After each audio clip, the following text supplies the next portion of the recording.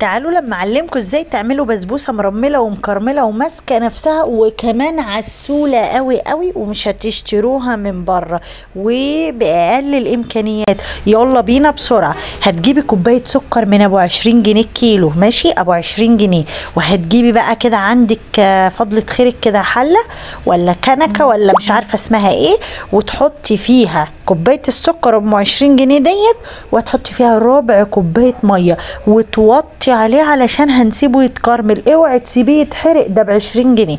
سيبي بقى ده كده على جنب ونروح على دقيق السميد، بين قوسين دقيق الذره. هنجيب يعني قولي هتجيبي نص كيلو من عند العطار، هناخد منه كوبايتين دقيق سميد بين قوسين ذره، دقيق ذره، تمام. هنحط عليهم معلقتين جوز هند بين قوسين كوكونات، اللغات بقى وكده. المهم لو مش عايزين جوز هند خلاص يغور ما تحطوهوش، حطوا بس كوبايتين دي السمين. بعد كده هتحطي معلقه بيكنج باودر، ما كانش عندي فقلت شغل ذكائي احط بمحسن كيك وبيكنج باودر مع بعض، وقلبت مع بعض بقى ايه الخليط ده علشان يبقى زي الفل. ودي ايد الواد ابني بيدبها في كل حاجه، بس بقول لكم ايه الحاجه بتطلع زي العسل اهو. قلبت ايه دقيق الذره مع جوز الهند مع البيكنج باودر، خلصنا سيبناهم على جنب. رجعنا للسكر بتاعنا اللي احنا سايبينه يتكرمل ابو 20 جنيه، اوعوا تسيبوه يتحرق. المهم بصوا ما تقلبوهوش، انتوا بس تمسكوا كده البتاعه بتاعتكم دي وتهزوها كده بس يمين وشمال، علشان لو اتقلب هتبصوا تلاقوا السكر طلع على الجناب كده وابتدى يعمل حبوب كده، هيبقى دمه تقيل قوي. بصوا لما اللون بتاعه يوصل للون الذهبي الجميل دوت، كده تعرفوا ان هو ايه خلاص دخل في مرحله الجد بقى. هتعملي ايه؟ هتجيبي معلقتين سمنه عاديه ومعلقتين زبده، ما عندكيش زبده حطي معلقتين سمنه بلدي. ايه ده السمنه البلدي غيري، طب نعمل ايه؟ ما تحطيش، حطي 3 معالق سمنه عاديه، اعملي زي اختك وكبري دماغك، وتقلبيهم كده كويس قوي قوي قوي قوي لحد ما تحسوا كده ايه ان السمنه والسكر دول بقوا ايه حاجه كده زي السكينه في الحلاوه مع بعضهم. قلبتهم، تكوني محضره كده عندك كوبايه لبن. حلو الكلام، كوبايه لبن هننزل بيها على المقادير. اول ما هتنزلي بكوبايه اللبن هوبا هتلاقي السكر قفش يا دي النيله. هنعمل ايه؟ على الهادي، كله على الهادي. هنفضل نقلب نقلب لحد ما السكر بتاعنا يسيح، وهيبقى زي ما انتوا شايفين كده بقى زي الفل. علشان كده بقول لكم حطوه في حاجه عاليه علشان خاطر هيغلي دلوقتي وهتبصوا تلاقوه بيطلع لفوق زي ما يكون بيفور يعني. علشان بس ايه انتوا عارفين ان السكر لما بيوصل لدرجة غليان عالية قوي قوي ممكن يحرق لا قدر الله. اهو زي بصوا بقى زي ما انتوا شايفين كده اهو ايه ابتدى يغلى بقى، هيطلع لفوق. هروح انا اهو ايه قفشه بسرعة وقافله عليه. جيت بقى هنا عند البسبوسة المبسبسة بتاعتي وحطيت عليها الكراميل ده ولا السكر اللي انا كرملته ابو 20 جنيه، تمام. وابتدي اقلب واحده واحده لحد ما اخلي دقيق السميد بتاعي اللي هو دقيق الذره يشرب خالص من الخليط ده. حلو الكلام. مش عايزه اقلب جامد قوي، يعني ما تقلبوش جامد قوي قوي بعزم ما عندكم، علشان ما يخليش السميد ده يعمل زي عرق كده وتحسوا ان هي قلبت على فطير مشلتت. بالراحه بالراحه، بصوا من تحت لفوق من تحت لفوق كده بالراحه. لو انتوا مش عايزينها سايبه خالص كده، يعني لما تستوي تحسوها ان هي مش ماسكه نفسها كده ومفتفته كده، ممكن تزودوا نص كوبايه سميد. يعني ممكن يبقى كوبايتين ونص سميد على معلقتين جوز الهند لو انتوا بتحبوا الحاجه تطلع ماسكه نفسها.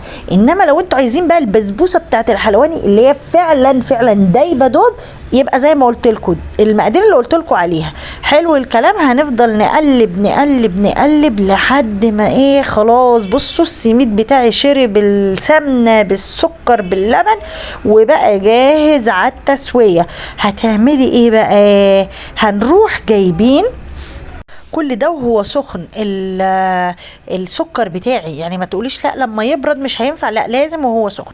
هتجيبي بقى صينيه حلوه كده وتدهنيها دهنه سمنه حلوه، دهنه سمنه. ما تحطيليش طحينه يا اختي، اصل هي مش سندوتشات كبده عشان تحطيلي طحينه في الصينيه، هي سمنه وبس على كده. واللي بيحطوا زبادي في البتاعه ديت، في اسمها ايه انا نسيت اسمها، في البسبوسه دي، خلاص احنا بنحط لبن يبقى ما فيش داعي نحط زبادي، مش عيل صغير هنفطمه.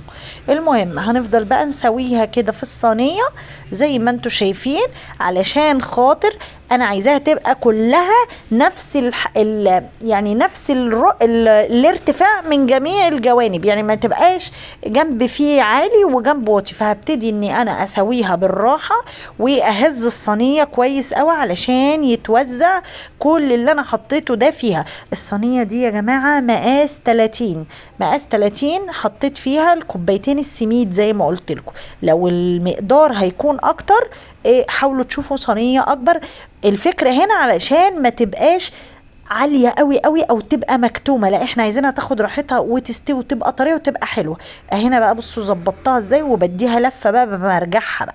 لو عايزين وشها يتساوى مش عارفين تسووه، حبة لبن وتروحوا عايزين ظهر المعلقة كده وتروحوا ماشيين عليها او بايدك هتدوس تلاقيها اتفردت.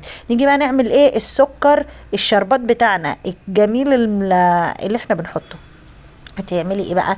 لو انت بتحبي الحلويات مسكره قوي هتحطي كوبايتين سكر من ابو 20 جنيه برضو على كوبايه ميه او كوبايه ونص ميه. طب لو انت زي حالتي كده ما بتحبوش الحاجه تبقى طعمها مسكر قوي، هنعمل ايه؟ هنحط كوبايه وربع سكر على كوبايه ونص ميه.